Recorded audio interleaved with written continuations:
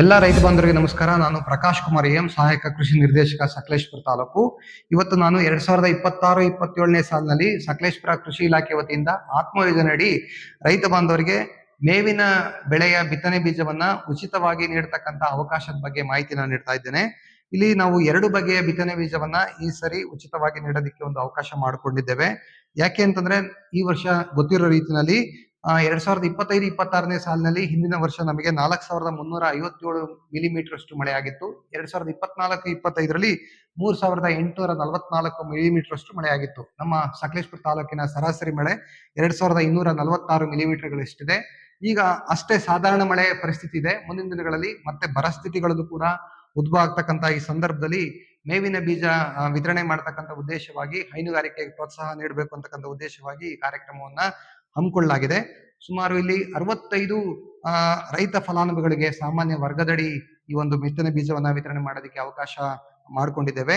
ಪರಿಶಿಷ್ಟ ಜಾತಿ ರೈತ ಬಾಂಧವರಿಗೆ 41 ರೈತ ಬಾಂಧವರಿಗೆ ಈ ಒಂದು ಅವಕಾಶ ಇದೆ. ಪರಿಶಿಷ್ಟ ಪಂಗಡದ ರೈತ ಬಾಂಧವರಿಗೆ 24 ಫಲಾನುಭವಿಗಳಿಗೆ ಈ ಒಂದು ಅವಕಾಶ ಇದೆ.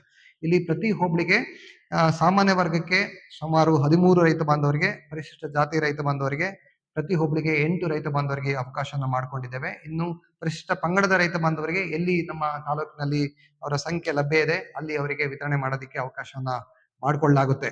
ಇನ್ನು 2 ಬಗೆ ಈ ಒಂದು ಮೇವಿನ ಬೀಜಗಳನ್ನ ನಾವು ವಿತರಣೆ ಮಾಡೋದ್ರಿಂದ ಇಲ್ಲಿ ಬೇಲಿ ಮೆಂತೆ ಹೆಡ್ ಲೂಸರ್ನ್ ಅಂತಕ್ಕಂಥದ್ದು ಇದು ಜರ್ಮಿನೇಷನ್ ಇಶ್ಯೂ, ಅಂದ್ರೆ ಮೊಳಕೆ ಹೊಡಿತಕ್ಕಂಥ ಪ್ರಮಾಣ ಕಡಿಮೆ ಇರೋದ್ರಿಂದ ಚಿಕ್ಕ ಪದ್ಧತಿಯನ್ನ ನಾವು ತಾಂತ್ರಿಕವಾಗಿ ಅನುಕರಣೆ ಮಾಡಬೇಕಾಗುತ್ತೆ.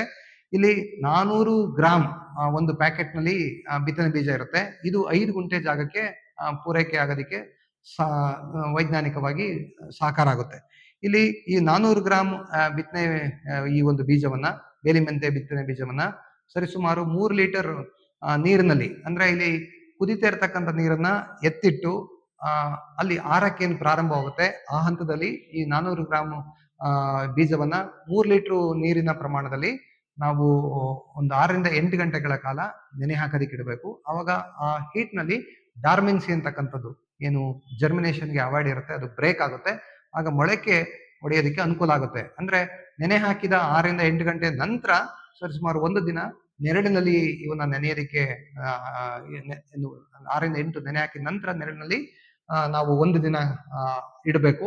ಇಟ್ಟ ನಂತರ ನೆಕ್ಸ್ಟ್ ದಿನಕ್ಕೆ ನಾವು ಬಿತ್ತನೆನ ನೇರವಾಗಿ ಪ್ರಮಾಣ ಕಡಿಮೆ ಇರೋದ್ರಿಂದ 400 ಗ್ರಾಮ್ ಕಡಿಮೆ ಇರೋದ್ರಿಂದ ನಾವು ಇಲ್ಲಿ ಸುಮಾರು 3 ಕೆಜಿ ಮರಳ ಜೊತೆಗೆ ಮಿಶ್ರಣ ಮಾಡಿ ಆವಾಗ ಸಾಲಿನಿಂದ ಸಾಲಿಗೆ ಅಂತರವನ್ನ ಕಾಪಾಡಿಕೊಂಡು ಸಾಲು ಪದ್ಧತಿನಲ್ಲಿ ಇದನ್ನ ಬಿತ್ತನೆ ಮಾಡಿದ್ರೆ ಉತ್ತಮ.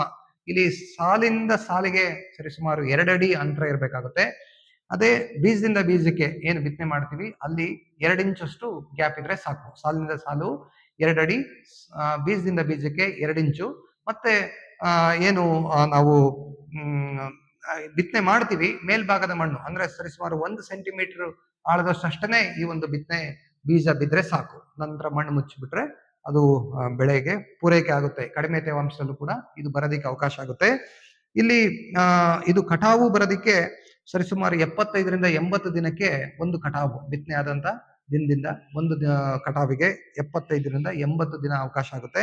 70ದಿಂದ 80 ದಿನ ಒಂದು ಕಟಾವು ಆದ್ಮೇಲೆ ಪ್ರತಿ 30ರಿಂದ 35 ದಿನಕ್ಕೆ ಅಂದ್ರೆ ಪ್ರತಿ ತಿಂಗಳಿಗೆ ಇದು ಒಂದು ಕಟಾವು ಮತ್ತೆ ಮರು ಕಟಾವು ಬರೋದಕ್ಕೆ ಅವಕಾಶ ಆಗುತ್ತೆ.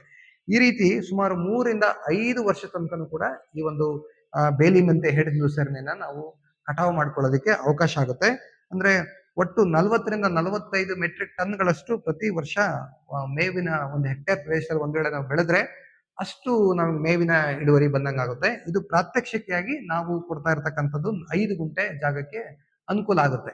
ರೈತ ಬಾಂಧವರು ಚಿಕ್ಕ ರಾಸುಗಳನ್ನ ಇಟ್ಕೊಳ್ತಕ್ಕಂಥ ಜಾಗಗಳಿಗೆ ಅದನ್ನ ಅವರು ನಂತರ ವಿಸ್ತರಣೆ ಮಾಡ್ಕೋಬಹುದು. ಅದು ಚೆನ್ನಾಗಿದೆ, ಅನುಕೂಲ ಇದೆ ಅಂತಕ್ಕಂಥದ್ದನ್ನ ಪರಿಗಣಿಸಿಕೊಂಡು ವಿಸ್ತರಣೆ ಮಾಡ್ಕೊಳ್ಳೋದಕ್ಕೂ ಕೂಡ ಅವಕಾಶ ಇದೆ. ಇನ್ನು 2ನೇ ಬಗ್ಗೆ ಮೇವಿನ ಬೀಜ COFS 31 ಅಂತ, ಇಲ್ಲಿ ಮೊಳಕೆಗೆ ಸಂಬಂಧಪಟ್ಟಂತೆ ಅಂತ ಸಮಸ್ಯೆ ಇರಲ್ಲ. ಆದ್ರೆ ಮಿಶ್ರಣವನ್ನ ಇಲ್ಲಿ ನಾವು ಒಂದು ಪ್ಯಾಕೆಟ್ ಸರಿಸುಮಾರು 1 ಕೆಜಿ 900 ಗ್ರಾಮ್ ಅಷ್ಟು ನಾವು ಒಂದು ಪ್ಯಾಕೆಟ್ ನ ನೀಡ್ತೇವೆ. ಅಂದ್ರೆ ಅದನ್ನ 10 ಕೆಜಿ ಮರಳಿಗೆ ಪ್ರಮಾಣದಲ್ಲಿ ನಾವು ಮಿಕ್ಸ್ ಮಾಡಿಬಿಟ್ಟು ಸಾಲಿನಿಂದ ಸಾಲಿಗೆ ಇಲ್ಲಿ 1 ಅಡಿ ಅಂತರ ಇದ್ರೆ ಸಾಕು. ಇನ್ನ ಕನಿಷ್ಠ ಒಂದು 3 ಇಂಚು ಅಂದ್ರೆ ಒಂದು ಬೀಜದಿಂದ ಇನ್ನೊಂದು ಬೀಜಕ್ಕೆ ಏನು ಈ ಬಿತ್ತನೆಗೆ 3 ಇಂಚು ಅವಕಾಶ, ಮತ್ತೆ ಸಾಲಿನಿಂದ ಸಾಲಿಗೆ ಒಂದಡಿ ಈ ಅಂತರದಲ್ಲಿ ಬಿತ್ತನೆ ಮಾಡಬೇಕು. ಇನ್ನ ಇದು ಕಟಾವು 65ರಿಂದ 70 ದಿನದಲ್ಲಿ ಕಟಾವು ಬರುತ್ತೆ. ಅಂದ್ರೆ 45ರಿಂದ 50 ದಿನಕ್ಕೆ ಮತ್ತೆ ಮರು ಕಟಾವು. ನಾವು ಬಿತ್ತನೆ ಮಾಡಿದಿಂದ 65ರಿಂದ 70 ದಿನದಲ್ಲಿ ಒಂದ್ಸರಿ ಕಟಾವು ಬರುತ್ತೆ. ಇನ್ನ 45ರಿಂದ 50 ದಿನದಲ್ಲಿ ಎರಡನೇ ಕಟಾವು. ಈ ರೀತಿ ಮತ್ತೆ 45ರಿಂದ 50 ದಿನದಲ್ಲಿ ಎರಡನೇ ಕಟಾವು. ಈ ರೀತಿ ಸರಿಸುಮಾರು 3ರಿಂದ 5 ವರ್ಷ ತನಕ ಕೂಡ ಈ ಒಂದು ಕಟಾವು ಈ COFS31 ಅಂತಕ್ಕಂಥ ಈ ಮೇವಿನ ಬೀಜ ಬರುತ್ತೆ.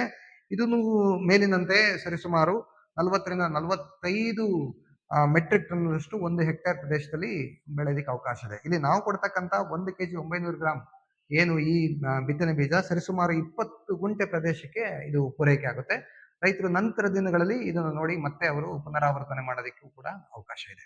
ಇದಿಷ್ಟು ಮಾಹಿತಿ. ಎಲ್ಲ ರೈತ ಬಾಂಧವರು ಈ ಒಂದು ಪ್ರಾತ್ಯಕ್ಷಿತೆ ಕಾರ್ಯಕ್ರಮವನ್ನ ಯಶಸ್ವಿಯಾಗಿ ಸಕಲೇಶಪುರ ತಾಲೂಕಿನಲ್ಲಿ ಪರಿಶಿಷ್ಟ ಜಾತಿ ರೈತ ಬಾಂಧವರು, ಪರಿಶಿಷ್ಟ ಪಂಗಡ ರೈತ ಬಾಂಧವರು ಮತ್ತೆ ಸಾಮಾನ್ಯ ರೈತ ಬಾಂಧವರು ಎಲ್ಲರೂ ಕೂಡ ಈ ಒಂದು ಅನುಕೂಲವನ್ನ ಪಡಿಬೇಕು ಅಂತ ಹೇಳಿ ತಮ್ಮಲ್ಲಿ ವಿನಂತಿ ಮಾಡ್ಕೊಳ್ತೇನೆ. ನಮಸ್ಕಾರ.